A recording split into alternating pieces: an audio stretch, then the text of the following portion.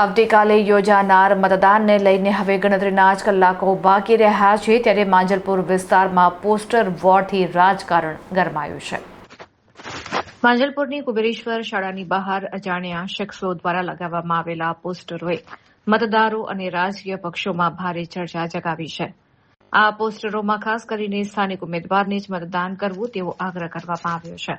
આ સાથે જ આયાતી ઉમેદવારને મતદાન કરવાથી દૂર રહેવું તેવો ઉલ્લેખ કરીને પક્ષો દ્વારા બહારથી ઉતારવામાં આવેલા ઉમેદવારો સામે પરોક્ષ રીતે વિરોધ દર્શાવવામાં આવ્યો છે. આ પોસ્ટરોમાં વડોદરા જાગૃતિ સમિતિ એવું નામ લખવામાં આવ્યું છે, જેણે સ્થાનિક વિરુદ્ધ આયાતી ઉમેદવારના મુદ્દાને છેલ્લી ઘડીએ વેગ આપ્યો છે. આ ઘટનાની જાણ થતાં જ વહીવટીતંત્ર એક્શનમાં આવ્યું હતું. વોર્ડ નંબર 18ના જવાબદાર અધિકારીઓ અને તેમની ટીમ તાત્કાલિક કુબેરેશ્વર શાળા ખાતે પહોંચી હતી અને આચારસંહિતાના ભંગ બદલ તેમજ શાંતિ જાળવવાના હેતુથી તમામ વિવાદાસ્પદ પોસ્ટરો દૂર કર્યા હતા. ચૂંટણી પંચના નિયમ અનુસાર મતદાનના 48 કલાક અગાઉ પ્રચાર પર પ્રતિબંધ હોય છે, ત્યારે આ પ્રકારે પોસ્ટરો લગાવી મતદારોને પ્રભાવિત કરવાના પ્રયાસને ગંભીરતાથી લેવામાં આવ્યો છે. આ ઘટના બાદ માંજલપુર વિસ્તારમાં પોલીસ પેટ્રોલિંગમાં પણ વધારો કરવામાં આવ્યો છે, જેથી કોઈ અનિચ્છનીય બનાવ ન બને.